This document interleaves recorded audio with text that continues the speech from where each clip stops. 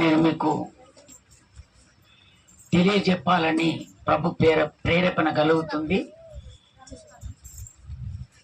ప్రతి సంవత్సరము మే చివరిలో జూన్లో మన ఉపవాస పండుగలు స్టార్ట్ చేస్తాము.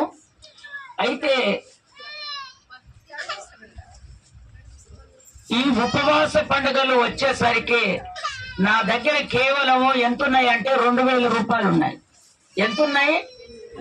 2000 రూపాయలు ఉన్నాయి. ఈ 2000 రూపాయల ద్వారా పశ్చాత్తాపడి ప్రతి దినము దేవునికి ప్రార్థన చేసినప్పుడు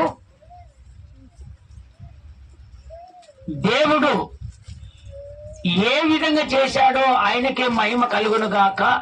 మన దగ్గర ఉన్నటువంటి వాళ్ళంతా పేదవాళ్ళే, ఎవరికి అంత స్తోమత లేదు. వింటున్నారా? ఇప్పుడు దాదాపు 40,000 దాకా ఖర్చు వచ్చింది. ఎంత వచ్చింది?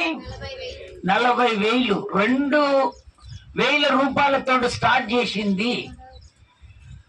40,000 రూపాయలతో ఈ ఉపవాస పండుగలను దేవుడు ముగించబోతున్నాడు. అందుకనే దేవుని బిడ్డలారా, ఒక నిరీక్షణ కలిగి ఉండాలి. ఏదైతే ఎత్తి పట్టుకుంటామో, మన దైవ సేవకులు వచ్చి చెప్పారు, ఒక వాగ్దానము మనకు సంవత్సరానికి ఇచ్చినప్పుడు ఆ వాగ్దానాన్ని మనం ఎత్తి పట్టుకొని ప్రార్థన చేస్తే ప్రతిరోజు ఆ వాగ్దానం ప్రకారంగా దేవుడు ఖచ్చితంగా మేలు చేస్తాడు. వింటున్నావా? తగిన వారు ఎవరు లేరు మన దగ్గర కూడా.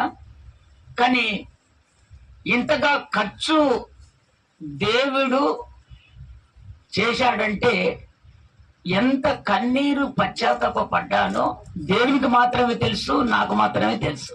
స్తోత్రం చెప్తారా ఒకసారి గట్టిగా?